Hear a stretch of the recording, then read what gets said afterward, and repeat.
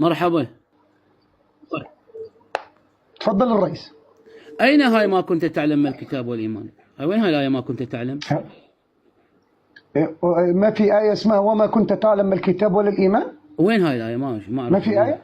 لا، ممكن انت حضرتك كده انتوا الكتاب والله طلع لنا هاي الآية، خلي الناس تنتفع. ما كنت تعلم ما الكتاب، وينها ما كنت؟ هاي آية يعني أنت من عندك هاي الآية، أنت وحي نزل عليك؟ لو وين هاي الآية؟ اربطوه. لا تتجاوز حتى ما أرد عليك. اربطوه يا ريت ما تتجاوز حتى ما أرد عليك. تشخصن. طب بدأت تشخصن نربطك. ما هاي الآية وين؟ خلينا نفتهم. شوف بدا الكتم، بدا الخوف، بدا الكتم.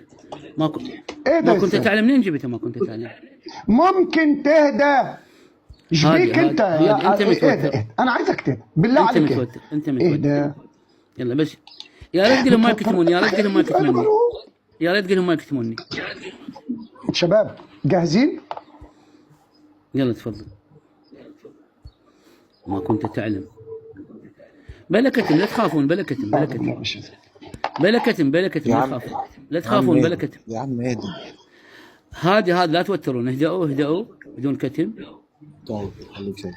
وكذلك أوحينا إليك روحا من أمرنا ما كنت تدري ما الكتاب ولا الإيمان كيف النبي. أحسنت. وين ما كنت تعلم؟ وين ما كنت تعلم؟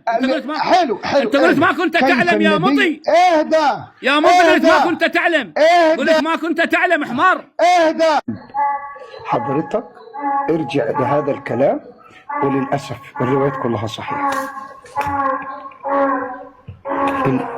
للأسف الروايات كلها عندك صحيحة. يا أخي اكتم.